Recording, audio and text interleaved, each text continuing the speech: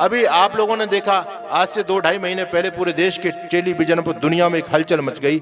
एक बागेश्वर धाम सरकार आ गई है, उसने पूरे दुनिया को भैया सबकी ठटरी बांध दी उस व्यक्ति ने। तो जब सबकी ठटरी बांधी तो हमसे भी लोगों ने कहा आप चुप क्यों बोलो, सबका खंडन कर दो, क्यों नहीं बोलते हो। हमने कहा हम मौन इसलिए हैं, हम इन चीजों का वो नहीं प्रमोट नहीं कर रहे इन चीजों को, लेकिन हमारा मौन होना दूसरा कारण को ज्ञापित करता है। क्या बात है, मैंने कहा सुनो हम क्यों मौन हैं।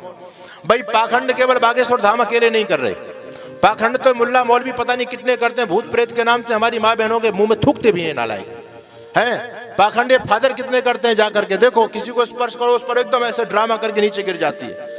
कितना ज्यादा पाखंड करते हैं, हमारे भाइयों को ठग रहे हैं ये। एक हमारे बागेश्वर धाम ने पाखंड कर दिया तो इन मिशनरियों के पेट में दर्द क्यों मचा, पहली बात। दूसरी बात मैं आपसे ये पूछना चाहता हूं, ये मुद्दा केवल पाखंड का नहीं है, मुद्दा केवल धर्मांतरण का है, मुद्दा धर्मांतरण का है। जब बागेश्वर धाम सरकार ने उन आदिवासियों के परिवारों में जाकर के भोजन किया और उनको सनातन धर्म का पाठ पढ़ाया तो ईसाई मिशनरियों के पेट में दर्द हो गया कि ये व्यक्ति अब तक तो हम इनको ये बहकाते थे कि तुम्हारे हिंदू धर्म में तुम्हारा कोई सम्मान नहीं है, लेकिन बागेश्वर धाम सरकार आकर के तुम्हारे साथ भोजन कर रहे हैं तो अब ये बागेश्वर धाम के चक्कर में आ जाएंगे, हमारा निवाला नहीं बन सकते। इसलिए उन लोगों ने बागेश्वर धाम के पीछे जो है ना बहुत बड़ा एजेंडा चला दिया। हमने कहा इसलिए उनका खंडन नहीं करते, ये केवल मुद्दा पाखंड का नहीं है, मुद्दा दूसरा, इस मुद्दे को समझने का प्रयास करो। और मैंने कहा सुनो हम खंडन भी कर सकते हैं, लेकिन मुझे बताओ लोगों का बौद्धिक स्तर पूरी तरह से खत्म हो चुका है।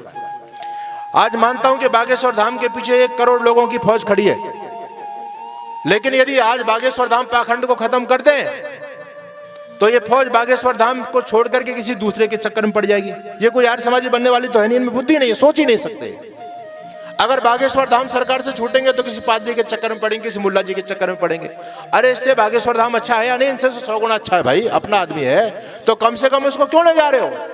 ये तो हिंदू समाज की स्थिति है। एक बहुत बड़े धर्माचार्य हुए समाज में, जिनकी जगह जगह देश विदेश में शक्तिपीठ बनी पड़ी है, नाम में उनका नहीं लेता, पहले आर्य समाजी थे, कट्टर आर्य समाज है। आज बड़े बड़े उनके आश्रम हैं।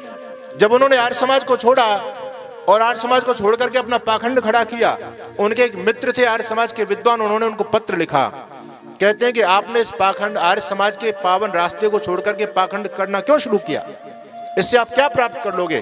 तो जो धर्माचार्य थे, जो बहुत बड़े धर्माचार्य हैं, लोग भगवान मान के उनको पूछते हैं, जानते हो वो क्या लिखते हैं। उनकी बात मुझे बहुत अच्छी लगी।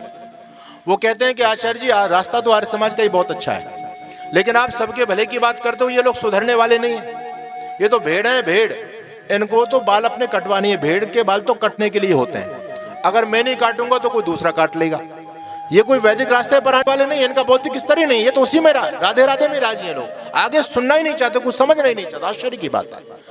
तो बागेश्वर धाम ने कम से कम इतनी भेड़ों को संभाल के तो रखा है, ये कोई कम मामूली बात नहीं है, नहीं तो ये सारी भेड़ उधर विधर्मी बन जाएंगी। इसलिए हम कभी भी उनका वो नहीं करते, हम तो केवल उनसे कभी मिलेंगे, अर्जी लगाएंगे तो यही निवेदन करेंगे, भाई आप काम बहुत अच्छा कर रहे हो, आप इनको ये बताओ कि भाई यदि तुम्हारे जीवन में कोई दुख है, संकट है, भूत प्रेत का बाश है, तुमको परेशान कर रहा है, तो सुबह उठ करके 11 बार गायत्री का जाप कर लिया करो, तुम्हारी प्रेत बाधा दूर भाग जाएगी। बोलो कितना बड़ा काम हो सकता है। हमारे कहने से लोग गायत्री का जाप नहीं कर सकता, लेकिन बागेश्वर धाम कह देंगे तो लोग गायत्री का जाप कर सकते हैं।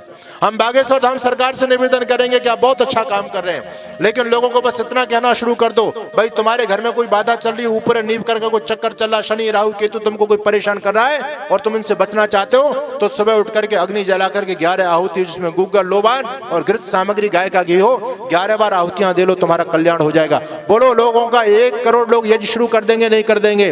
अरे ये काम करने के हैं, हम अपने भाइयों की केवल टांग खींचते रहें, इससे बात बनने वाली नहीं है, क्योंकि ये समय एक ऐसा चल रहा है। लेकिन इस धर्म के नाम पर पाखंड चरम सीमा पर कर रहे हैं। मैं बागेश्वर धाम सरकार का इसलिए प्रमोट करता हूं क्योंकि वो हिंदुत्ववादी हैं और वो इस बात को समझ रहे हैं, वो खुल करके बोलते हैं।